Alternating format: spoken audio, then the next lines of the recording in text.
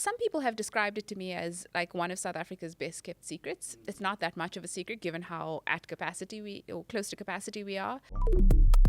Welcome to BTS with Stitch, where we'll be going between the seams with the founders, leaders, builders, and investors behind South Africa's most ambitious businesses, what we are finding interesting, and that's what made me think the most. Crazy start to the year. and those behind some of the global companies shaping the future. Oh, I think that's pretty cool. You're very excited. We'll dive into how these businesses were built from the ground up, Incredible. how they're navigating shifting consumer demands, and what real innovation looks like in South Africa and beyond. Yeah, I don't think you know this about me, but I did a triple major for my undergrad, and the third thing I did, in addition to finance and economics, which were very boring but helped me get a job, was philosophy. And that was actually my favorite part of my education, because I think that's what made me think the most and actually has shaped me the most, like, over my career, surprisingly. Yeah. So I think it's funny how these like liberal arts diversions, so-called, are actually the things that end up having a big impact on you. Yeah. No, I mean, and to be honest, in this moment, I have a 6-year-old, and the question of how do you educate children in this moment Yeah. where you have absolutely no idea what career pathways they're likely to end up on. Mm. And honestly, like, I can't help but get back to arts Mm. and thinking sciences. Yes, Like, yes. if she is curious about music and Yes. about making and building things that are beautiful, Yeah. and if she's curious about the things that force her to think about who we are as people and how we come together, and some of those core, very basic but very difficult questions to answer, I think she'll be fine. Should be all right. Coming back to Bigly, tell us a little bit about like what you do there, what it's about, the mission, how you're going about it. It's difficult to talk about Bigly without talking about Dis-Chem, right? So Dis-Chem's identified that, has known for a very long time that there is a real crisis when it comes to healthcare in our country. There is 5% of the population that is very well covered from an insurance perspective. They're getting all of their healthcare needs met in the private system. And our private system in South Africa is very sophisticated. We Yes. have exceptional health professionals, and the kind of care you get is world class. Mm. You know, my mom passed just over a year ago from cancer. It's certainly not an easy process, but the kind of care that was available to her, I think, is really some of the best in the world. Right. And then you have 50% of the population that has really low levels of affordability, unpredictable levels of income. Yeah. They're almost always, at least for the moment, going to have all of their healthcare needs met in the public system. And also a sophisticated system. Even in the public system, people like to shit on the, am I allowed to say shit? But people like to shit on the, thank you, on the public system. But many of the health professionals that work in the public system are incredible at their Yes. craft, incredible, in their ability to kind of bite the bullet and under extenuating circumstances provide care. Yeah. But really, like, particularly when you get into tertiary types of care, a very, very, very sophisticated care available to you. The challenge with the public system is the quality of the experience. Yes. Particularly in a moment where technology makes available what technology makes available, experience for South Africans and globally is just more and more and more important. Yes. So you have the segment 2 and 3, which is what we describe it as, if you slice the population by kind of in these 4 segments, where people have some levels of affordability, but the way medical aid regulation has been constructed, it makes medical aid unaffordable for the majority of people, even when they have a stable income. Oh, wow. Okay. And that forces them to get care straddling between the public and the private system. I see.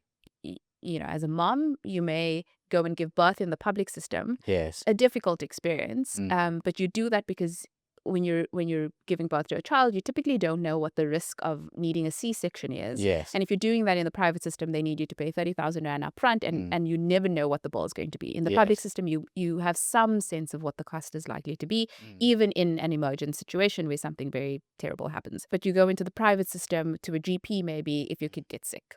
But even that is difficult, right? Because what families who are either uninsured or underinsured, what they have to do is they typically paying out of pocket. And because the medical aids have such strong negotiating power, the out of pocket rate is often significantly higher than what someone would be charged who is on a medical aid. So you're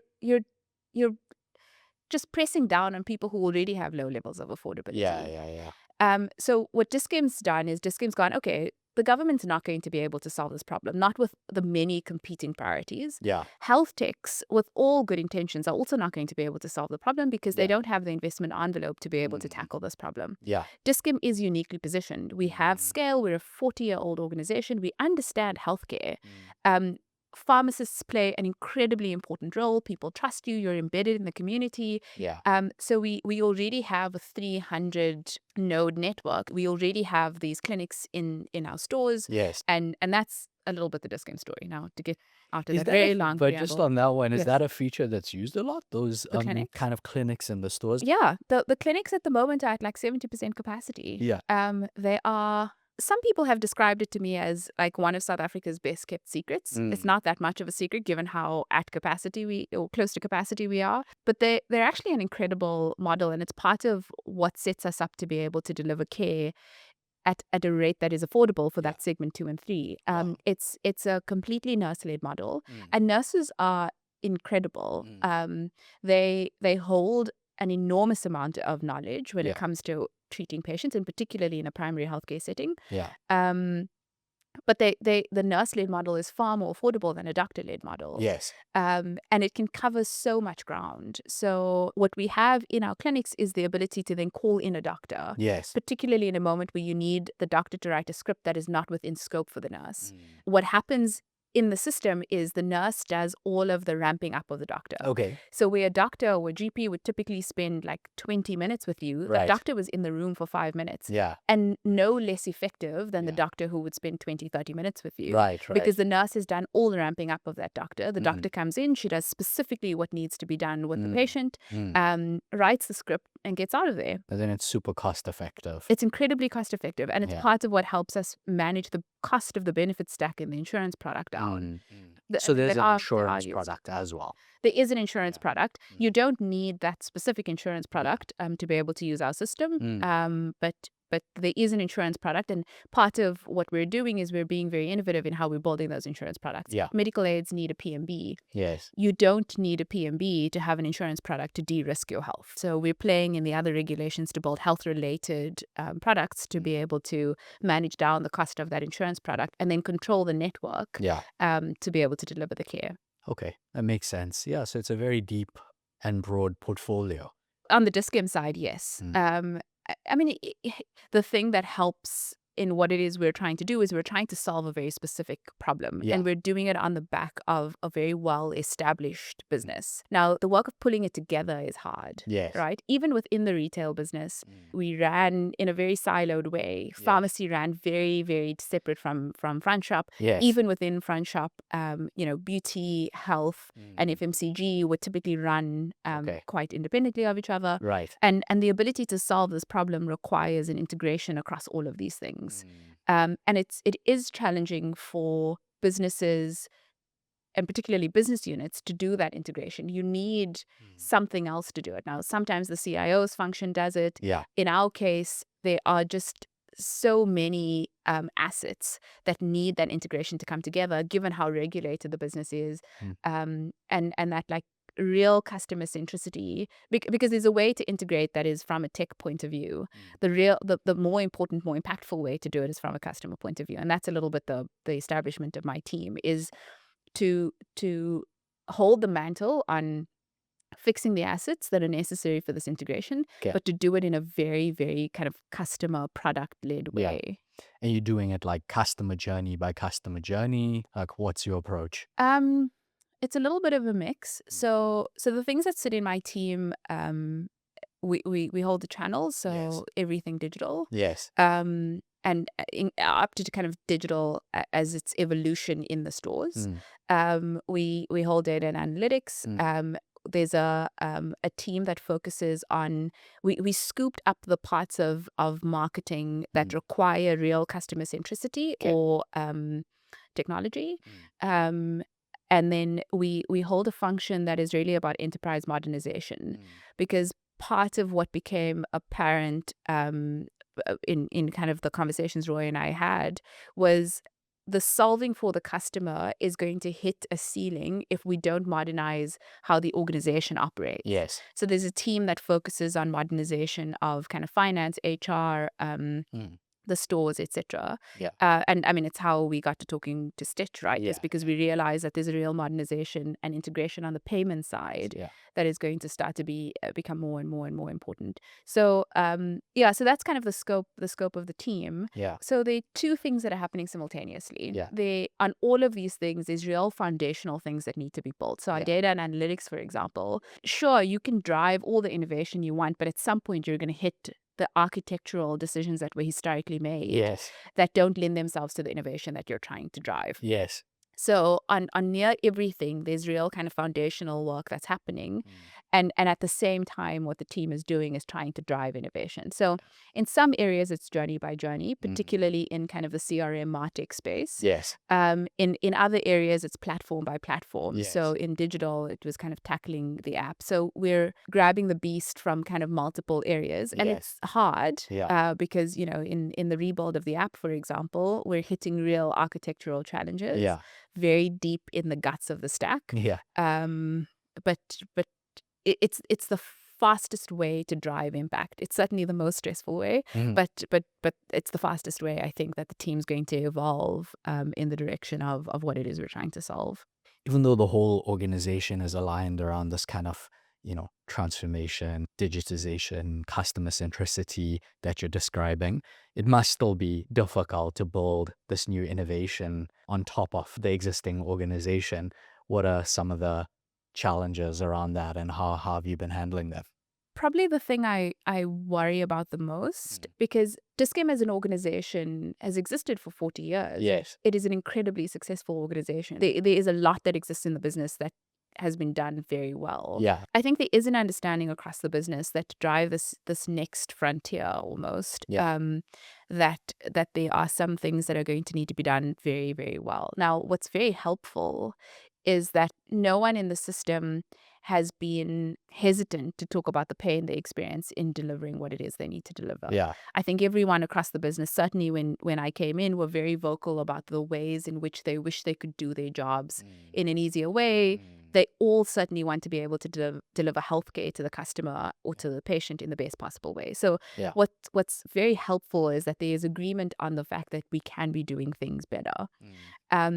The challenge, however, comes in on kind of two fronts. One, we had to scoop up things that were sitting in the custodianship of people who were still in the business. Yeah. And, it's not just a perception. It is true that the things that we've taken are not because the people who held them historically have been ineffective at driving them. Yeah. It's that the level of investment, the business buy-in was just not there to be able to mature things in the way that they need to mature them. And certainly on the Bigley side, we are very aware that it's not that people didn't know what they were supposed to be doing. Sure. It's really that the business was doing a different thing 5-10 years ago. Yeah. So thankfully, there's a lot of humility around that. And then there's a lot of agreement, like no one messed up here. It's really just that we need to invest in this thing in a different way and we need to scale it very quickly. And then I think on the other part of it is there's an understanding that nothing happens in isolation. Yeah. Some innovation hubs have done the work of taking things, scooping it out, separating it completely from the core business and leaving the innovation team to end own something and deliver on it. Yes.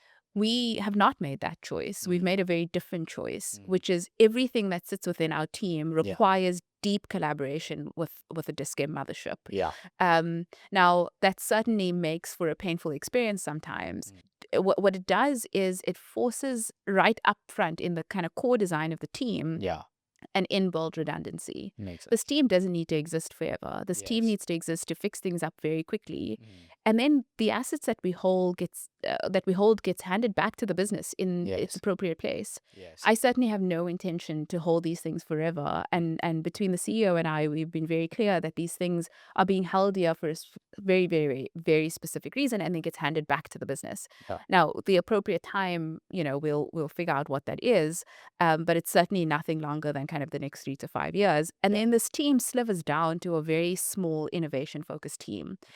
And that forces my team to drive collaboration. Like incentives are super aligned. Like we're forced to drive innovation and we're forced to drive the fixing in the way that we need to in the interface with the business.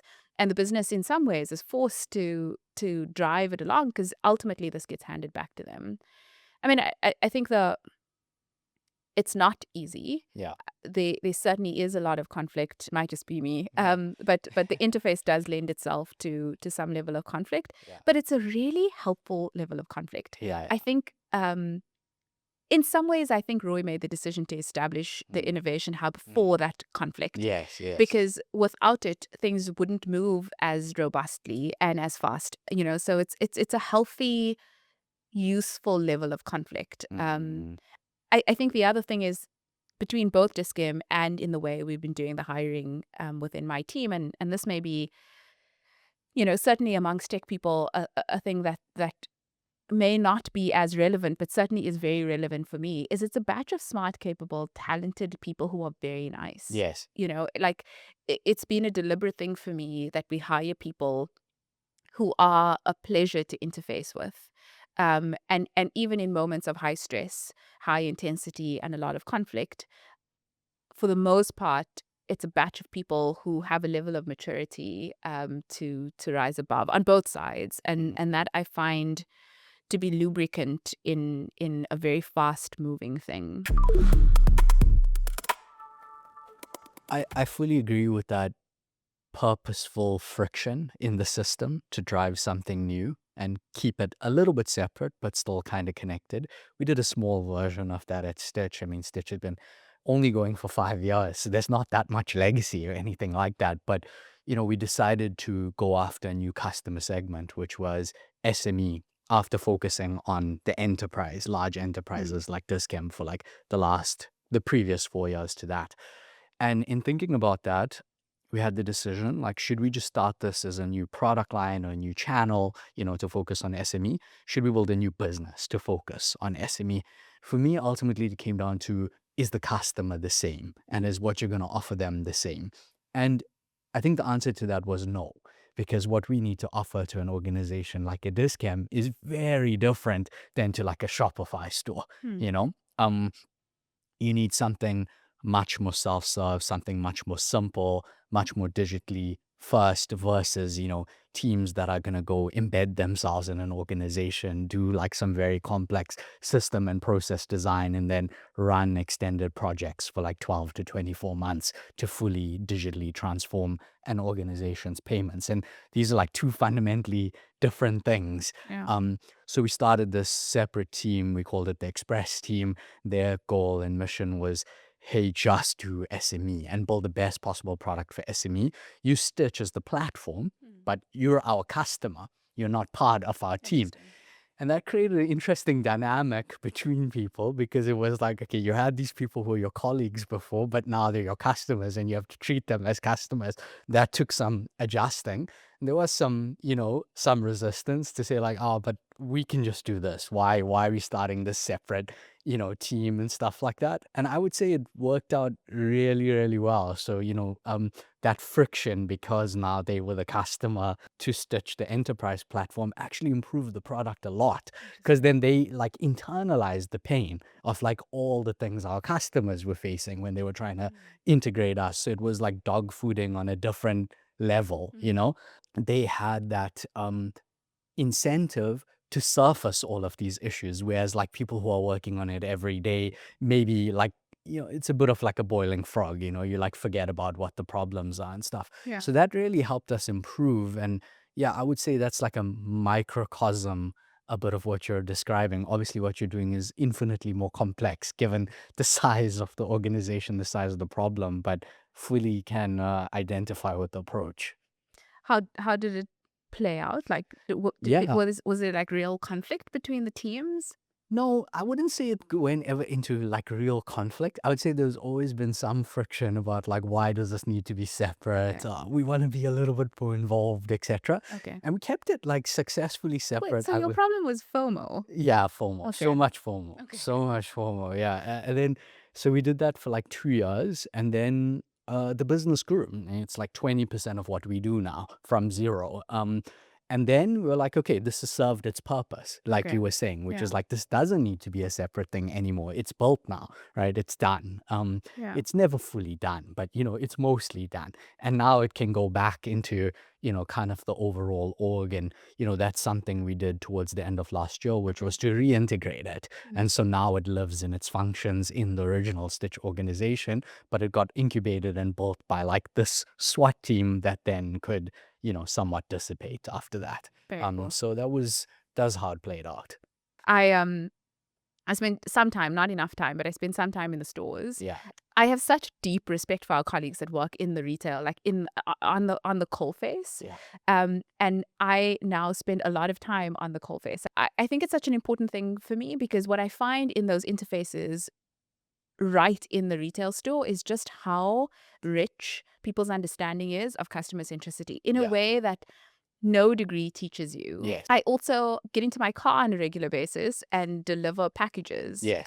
Because we obviously sit with a channel. Yes. And you can do really wonderful things Yeah. from a tech product perspective, but it all falls over when Yes. when it goes from the app to a dashboard in a store. Someone needs to pick and pack it and then get it to the customer. Yeah. I mean, this is part of what's made 6060 so successful is their fulfillment capability is incredibly sophisticated. Yes. And they've been deeply customer centric in doing that. It's a little bit what we want to cultivate, right? Like this deep gratitude for this thing that's been built, not because you can swish through it in a seamless way, that of course needs to be there, but because in the real bricks and mortar world, it delivers something.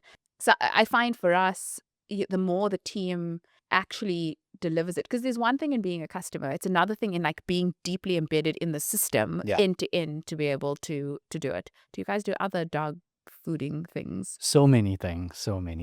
Yeah, we force everyone to buy everything in their lives using Stitch. We have this dream ultimately where we wouldn't have to buy anything that doesn't use a Stitch payment, and we're pretty close now. Oh, And the really? experiment was, could we live a week with paying only with Stitch, basically, right? And can we get to all the services and things that, you can just then test the product at every single purchase.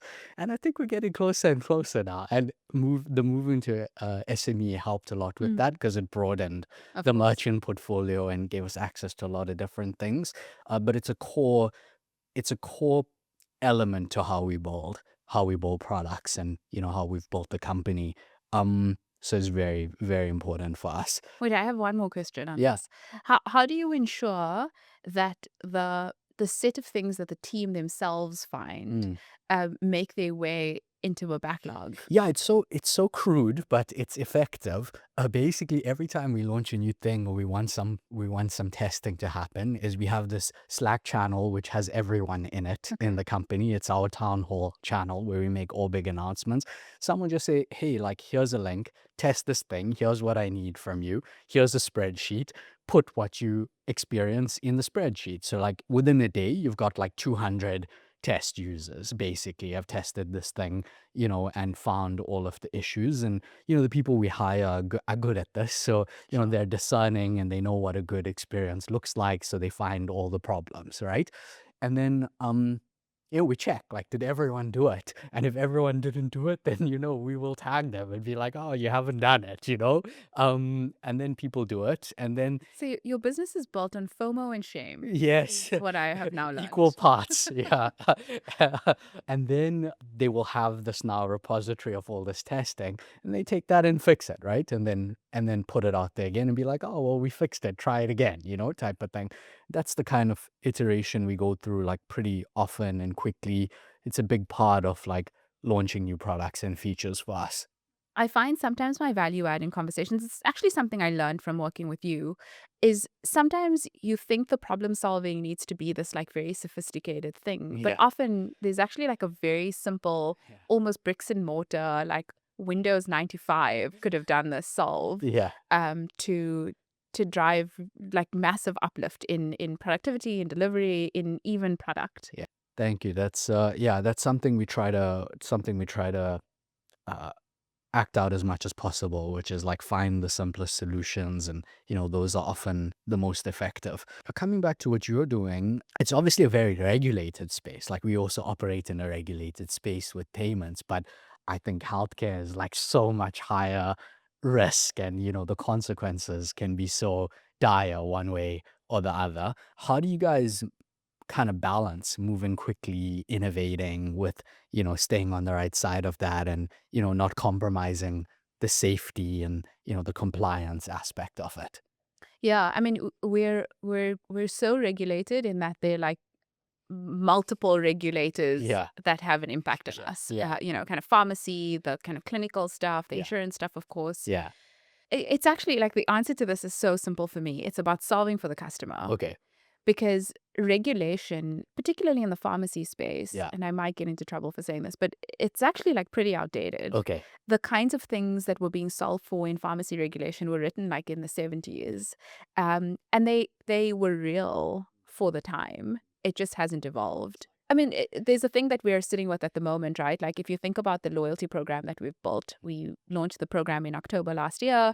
The program went from a very old school loyalty program, which was points based and gave very little value back to the customer. So 1.5% went back to you in points, 0.5% went to the foundation. Okay. So 2% of value, Yes. in theory, went to the customer. Yeah. That is an insignificant amount. We were seeing in the data that basket size and frequency was actually declining on the loyalty base compared to the non-loyalty base, which is the biggest signal that your loyalty program is not working. Yeah. So when we evolved the loyalty program, we knew what we wanted to do was in the natural course of what someone needed to do. So they needed to jump through no extra hoops. They needed to do just what they were doing and get an immediate deep discount to them. Yeah. So for belonging to the loyalty program, you get a 10% base discount Yeah.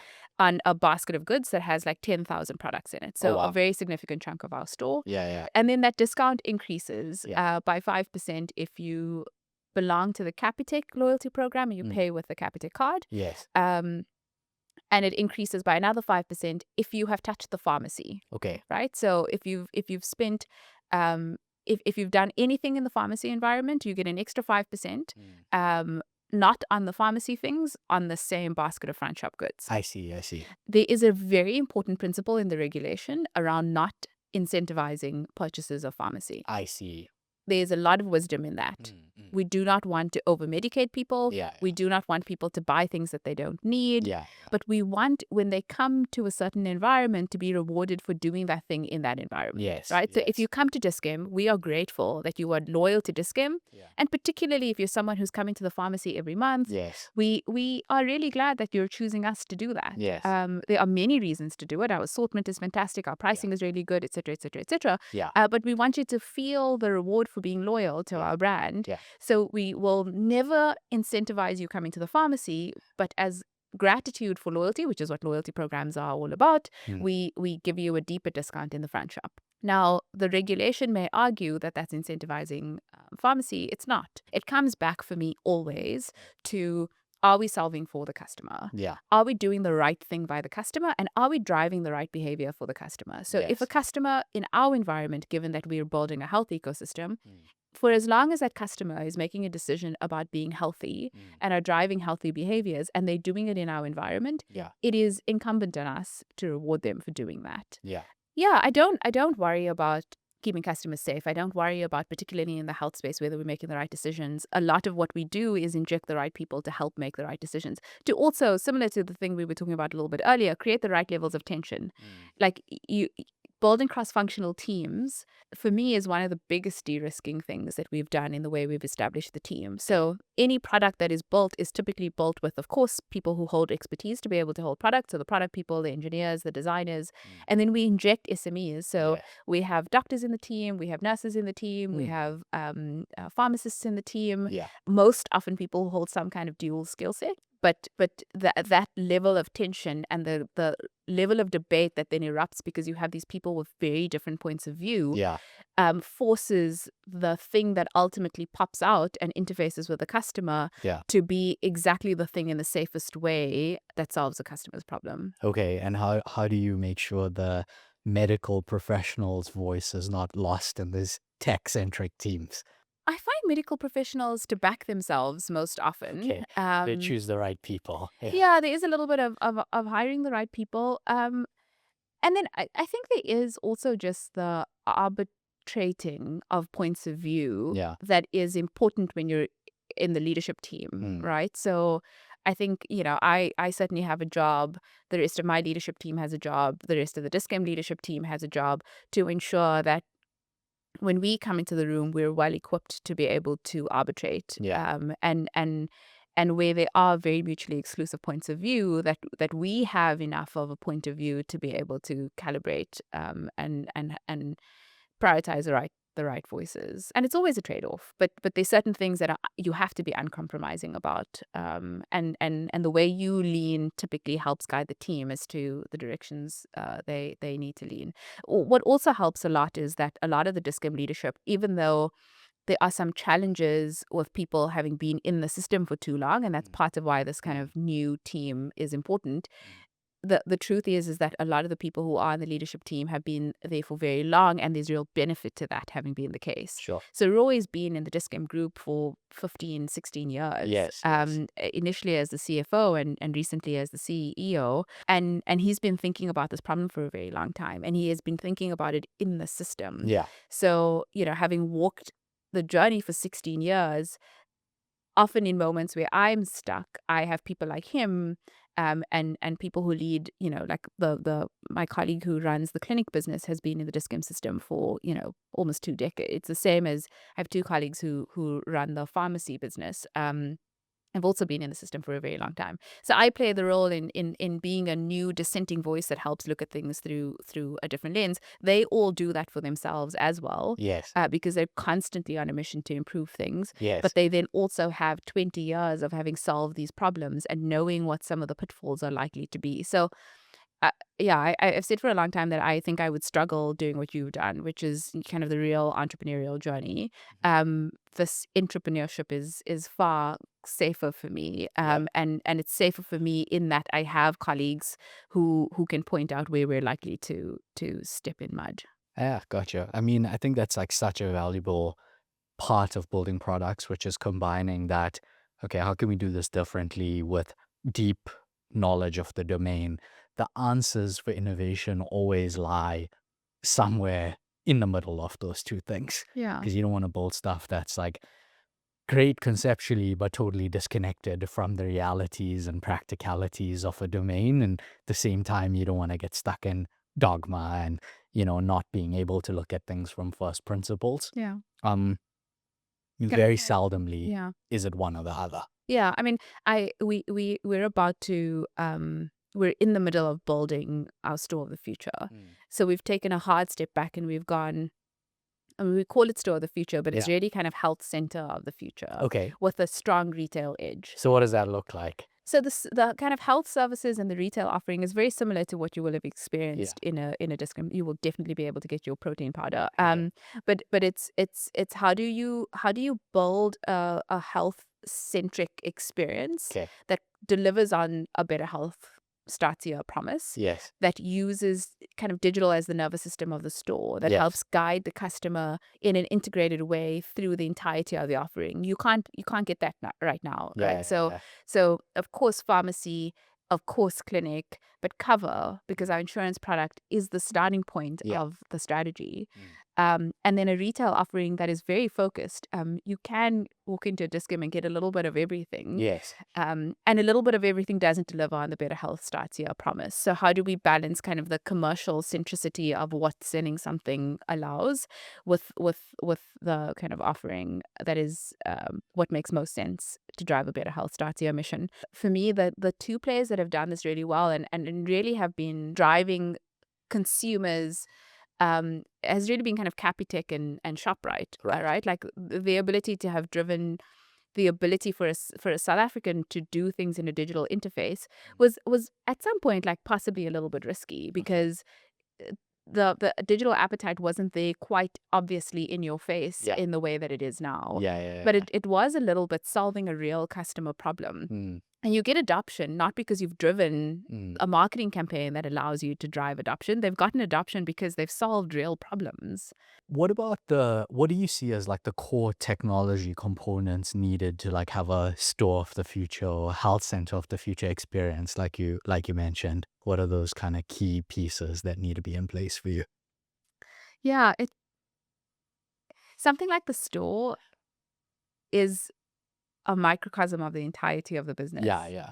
So, and part of what we're, kind of hitting our heads against is just how much of the stack has to come together well to be able to deliver on something like Store of the Future. So we are, like, if you've ever gone into a Discim to get something from the pharmacy, which you do over and above your protein shake, right? I do.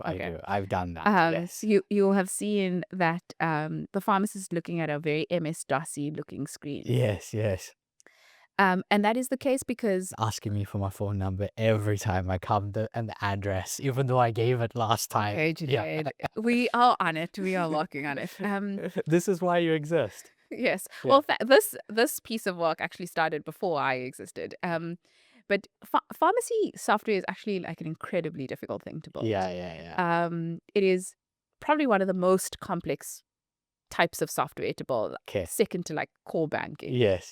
I don't know, but let's leave it at that for the moment. The piece of software that we use was built in the 70s. When I joined Discim, there were 3 people who knew how to fix things in the country Wow. in this piece of software. Yeah. When I joined, one of those 3 people had cancer, Oh no. and kind of 3 or 4 months into my journey passed away. Wow.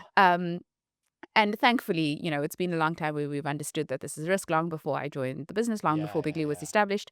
And we completely rebuilding that piece of software. Cool. That rebuild of the software is, of course, focused very much on the kinds of things we know have historically not worked. And we know, it kind of grabs in the requirements of that piece of software the things we're trying to innovate and drive in the future. And you're building that yourself.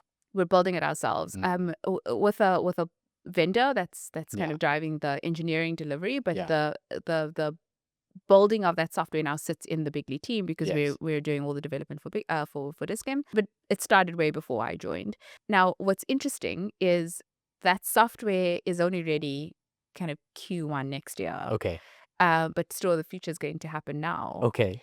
So trying to figure out how you have old parts of the stack do the thing that you want to do, that delivers on a very different customer experience is so difficult. And much of why we're rebuilding that software is because we know we need a new piece of software. Our CTO, a guy named Rian, when we were relaunching loyalty, because the pharmacy boost is so dependent on that software, he would joke and say, "We're taking a donkey to the Durban July." When you need technology to do the things that you need to do to drive an experience for a customer, it touches on so many different things, right? Like it just like the core SAP stack in our environment has all these modules, all of which do a different thing. Like when you're standing and paying, they're like 5 different parts of the SAP stack that gets pinged for you to actually be able to close a transaction off. Now, of course, as a customer, you never want a customer to feel that and experience that. Yes. But because so many parts of our stack needs evolving, down to the pharmacy system that's being rebuilt, it makes innovation really difficult. So something like Store of the Future requires delivery in an integrated way. It's something that can't sit just in the Bigley team, for example, because what you're delivering to the customer is a microcosm of the entirety of the business, which means almost every part of the stack is hit in some way along any journey that a customer is doing to the store. Something there that you said that really resonates with me, which is that no system's ever going to be perfect. I always say to our engineering teams, at the end of the day, our customers don't care how beautiful and perfect our systems are. They're never going to know that. That only we know. What they're going to experience is, what was that experience for me? Did I get done what I needed to? Was it painful? Was it good? Right? And what's happening in the background, that's kind of like your own business, right? Yeah. And obviously you want that to be good and efficient as possible, but you're never going to have it perfect. And if you wait for it to be perfect to like deliver the right customer experience, you're never going to get there. So you have to start with what you have, and it can be a little bit duct taped together, but if it delivers the right customer experience in a consistent way, then that's good enough. And then you build from there, right? What do you think are some of the trends in the healthcare space from a technology or regulation perspective that are critical for you and Bigley to keep in mind as you create this experience of the future? It feels super topical for me personally, and then it just seems to be like everywhere I look is this theme around longevity. Yes. Yes. And I think there are two parts of that that are interesting for me. Yes. The one is the space of preventative healthcare, right? And many people who care about preventative healthcare come and get their protein shake at Discam. Yeah. It's exactly that person, right? Like who cares a lot about being healthy. Yes. Or not even cares a lot about being healthy, but cares enough about being healthy to have some intervention in place to help them stay well. But the kind of downstream impact of that, and not just of that, of multiple other things, is that people are living longer. And the implication of the impact on systems, financial, health, etc., is more and more like a really interesting problem-solving space for me. Yeah. So in Africa, we certainly don't see it quite in the way like Japan or Europe are already starting to see it, because we have very young populations. Yeah. But more and more, that extra year of living is more and more going to have an impact on the systems that we have not adequately set up to be able to deliver the kinds of problems that come from those systems. So I'm seeing that people are starting to talk about what we need to do to in 20, 30, 40, 50 years be ready for the implication of people living longer. I think South Africa is just in such an unique moment in that, or not a unique moment, we're just in a unique position in that the problems we have to solve are all of the world's problems, because we have the problems of the wealthy and we have the problems of the poor. Yes. And Discam, given the kind of health problem we're trying to solve, sit specifically at that intersection. Yeah. Which makes certainly the problem solving in my team very, very interesting. And AI, what role do you see that playing in this healthcare innovation space? I mean, it's tricky given healthcare is sensitive and you don't want it to go the wrong way, but what role do you see it playing? To be honest, it's a thing that AI in general, I think any tech leader in South Africa for the past kind of 3 years, we've all been a little bit terrified. Yeah. And a combination of a little bit immobilized in our terror and slowly kind of experimenting on the edges. Yeah. The approach we're taking in our team is there's AI as it relates to people's ability to do their job in an easier, faster, sharper way, which sounds as simple as create an enterprise ChatGPT account and then let people use it. But it's actually super complex. And figuring out how we inject that in a 22,000-man organization is not easy. And, how do you set the right policies and the right guardrails, which all sounds very boring and the opposite of driving innovation. But doing this all responsibly is very important, given that we touch patients. Yes. The second piece is then how we've injected AI into how the team operates. And there's some really cool things we've been able to do in the software development lifecycle. Yeah. And it certainly doesn't, I've not seen this massive reduction in the need for humans. Yeah. I very much like our humans, and I think they're very, very good. Yeah. But I think there is certainly that problems getting out of the starting blocks that we've been able to inject in the team. That's been very helpful. Nice. And then how we actually use AI in the interface with customer and patients, I think we've been a little bit more loose in how we start to do that in less patient spaces, more customer spaces, customer service, for example, using bots, etc.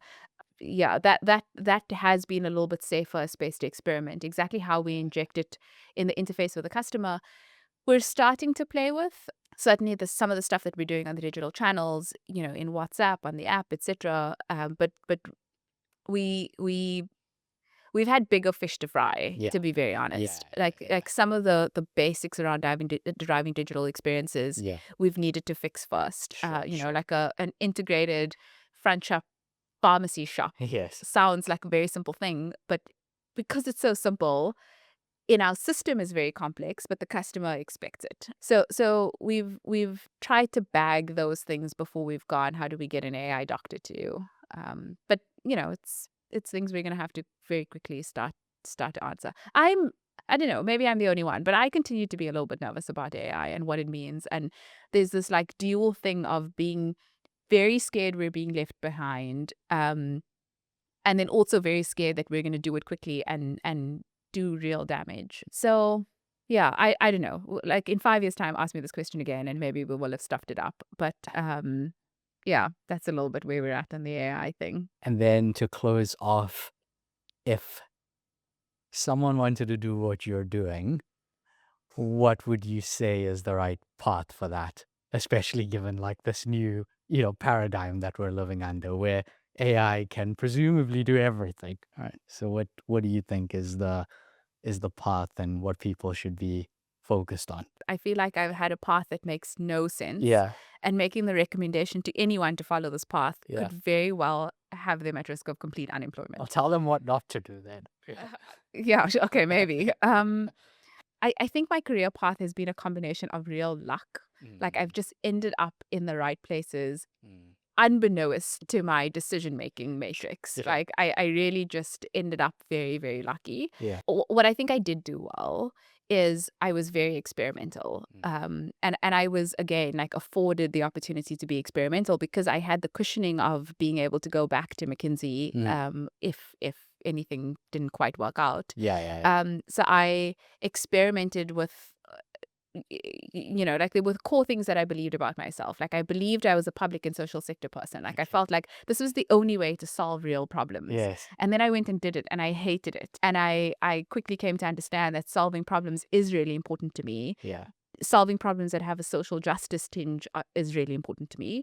But doing it in environments that have a commercial imperative Yes. is the niche environment for me to be able to solve problems. But it required a lot of experimentation and going to different NGOs. I mean, I ended up at the UN for a period of time. And yeah, I think it's like a little bit of experimentation and a lot of curiosity. Like for as long as you make imperative for yourself learning, I think ultimately you end up on a career pathway that is going to be interesting for you.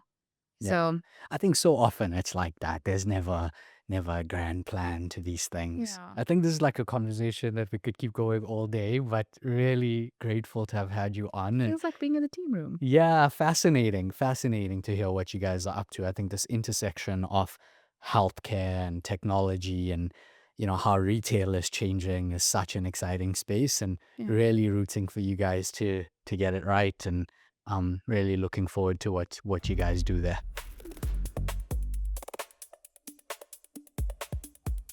You can imagine now if you're a spaza shop and you've been taking cash previously, suddenly you have record keeping of your transactions that are taking place that you can take now to a credit provider. So the opportunities of just digitizing your payments has unlocked another opportunity for your business.